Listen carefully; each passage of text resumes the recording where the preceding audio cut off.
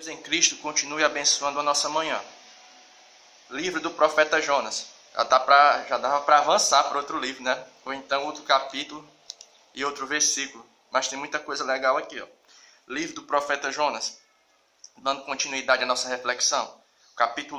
No capítulo 1 ainda do livro do profeta Jonas, que diz assim, no versículo 10 em diante, somente no versículo 10.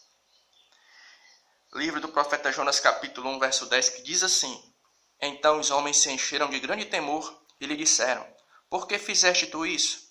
Pois sabiam os homens que fugia de diante do Senhor, porque ele lhe tinha declarado. Vamos fixar o nosso pensamento aqui, ó, na reação dos marinheiros ao saberem que Jonas estava fugindo do seu chamado divino, ou seja, estava desobedecendo a Deus.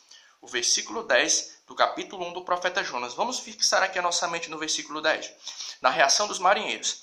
Então, os homens se encheram de grande temor e lhe disseram: Por que fizeste tu isso? Né? Então, o que é que acontece? A gente já pode tirar aqui da reação dos marinheiros uma coisa, mas claro, levando em consideração o fato que a gente vai colhendo uns dados históricos aqui, outro acolá, questão de usos e costumes. Então, o que é que a gente vai estar vendo aqui é que esses marinheiros, eles tinham um conceito com eles. Quando a sorte cai sobre Jonas e todo mundo descobre que a razão da ira de Deus ter caído sobre o navio era a culpa de Jonas, você vê que ali, por intermédio da reação dos marinheiros, eles tinham um conceito. Que conceito era esse? Era mais ou menos assim, ó. Vou usar aqui uma expressão bem do cearense mesmo, né? Bem que pode um negócio desse, esse cabra tá desobedecendo a Deus, tu tá doido? Foi mais ou menos isso que aconteceu. Rapaz, tu tá ficando doido, tu tá desobedecendo a Deus, está atraindo a ira divina. Então, por intermédio dessa reação, o que é que a gente vê? É que os marinheiros, eles tinham um conceito pré-formado. Não era um conceito assim completo, perfeito do que era Deus, mas eles tinham um conceito formado mais ou menos do que era o conceito da ira de Deus, porque eles pensaram assim, eles se assustaram.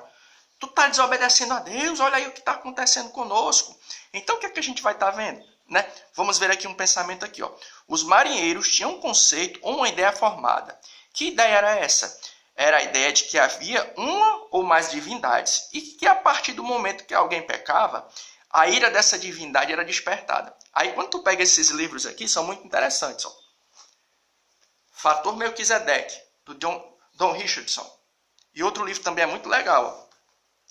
As Catacumbas de Roma, Benjamin Scott, editora CPAD. Ó, Fator Melquisedeque e as Catacumbas de Roma. Tu vai descobrir uma coisa que é muito legal. É que mesmo os povos antigos, não entrando em contato com o Deus de Israel, da mesma maneira que os hebreus entravam em contato, isso Paulo vai estar, ele vai estar enfatizando esse pensamento logo nos primeiros capítulos da carta de Paulo aos Romanos. Havia algo programado na mente dos pagãos naquele momento da história. E o que é que estava programado? Era uma programação que vinha lá do início, lá dos primórdios do livro do Gênesis. Que ideia era essa? O que é que estava programado? Era um conceito de quê? De que Deus, a partir do momento que alguém desobedece ele, a ira divina é despertada. Ou seja, vou usar aqui uma expressão. Você já notou uma coisa? Estou tentando aqui falar devagar. Ó.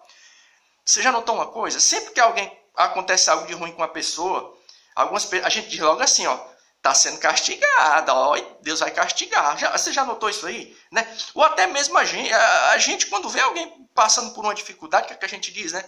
Ó, Deus está castigando.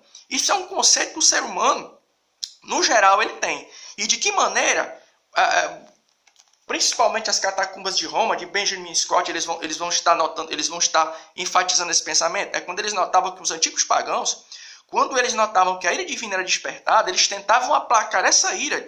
De que maneira? Por intermédio de um sacrifício próprio. Eles se autoflagelavam, se feriam, praticavam sacrifícios de animais e até mesmo sacrifícios humanos, na tentativa de fazer o quê? De aplacar a ira divina. Ou seja, havia algo programado na mente das pessoas. Ou seja, mesmo a pessoa afastada da mensagem do Deus de Israel, havia algo que ainda estava incutido, era algo que estava programado. Eles tinham uma consciência básica.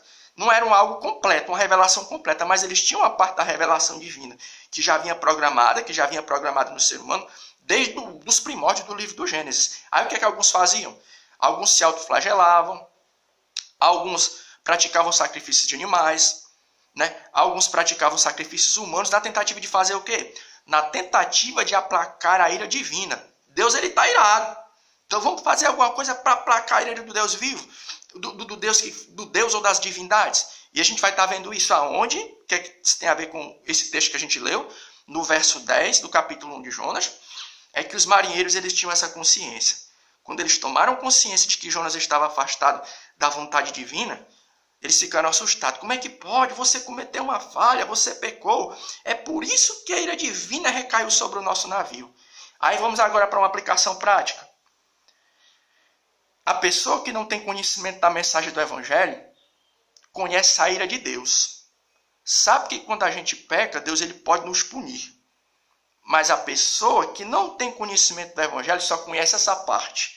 Mas ela não conhece essa parte. Qual é a outra parte que ela não conhece?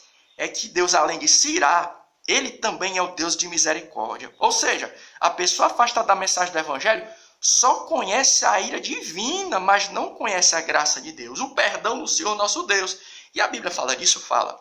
Vamos lá para o capítulo 3, que é o texto que fala do amor do Senhor nosso Deus. Capítulo 3, o verso 16 do Evangelho de João. Porque Deus amou o mundo de tal maneira que deu seu Filho unigênito para que todo aquele que nele crê não pereça, mas tenha a vida eterna. Agora, outro livro que fala do amor divino, a pessoa que está afastada da mensagem do Evangelho, ela conhece apenas o quê? A ira divina. Ela não conhece a graça e o perdão do Senhor nosso Deus, que foi derramado em nós por intermédio do quê? Do sacrifício vicário de Jesus na cruz do Calvário. Romanos capítulo 5. Sendo, pois, justificados pela fé, temos paz com Deus. Deus, ele se ira, mas por intermédio do que? Da fé, nós temos paz com ele, com Deus por nosso Senhor Jesus Cristo. Agora, a primeira epístola de João, capítulo 1, primeira epístola de João, capítulo 1, o verso 2, não é o evangelho, é a epístola. Primeira epístola de João, capítulo 2, viu? O 2, ó. Meus filhinhos, essas coisas vos escrevo para que não pequeis. Mas se alguém pecar, temos um advogado para com o Pai, Jesus Cristo. Primeira epístola de João, capítulo 2, o verso 1. Então, o que é que acontece? Os marinheiros, como muitas pessoas, eles conheciam apenas a ira divina.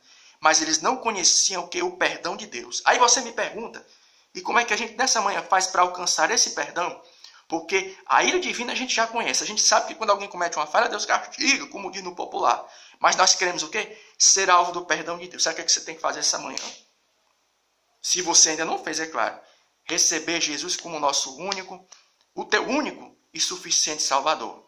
Quando você toma posse desse pensamento, dessa bênção pela fé, daquilo que Jesus Cristo fez por nós na cruz do Calvário, você automaticamente recebe o perdão de Deus. Então, nesta manhã, se você está na condição, eu também, né? Estamos nessa condição de alguém que está apenas crendo apenas no Deus que se ira, mas no Deus que não perdoa, vamos tomar posse dessa palavra. Existe um Deus que manifestou seu perdão por intermédio da obra do Calvário. Então, que nessa manhã nós possamos ter isso em mente, que o nosso Deus, ele pode até se irar, mas também o nosso Deus, ele é o quê? Ele também, Deus, é amor. E esse amor, de que maneira esse amor ele foi manifestado? Foi no momento em que Jesus Cristo ele veio, se fez homem e fez o quê? E derramou o seu sangue na cruz do Calvário pelos meus e pelos teus pecados. Amém.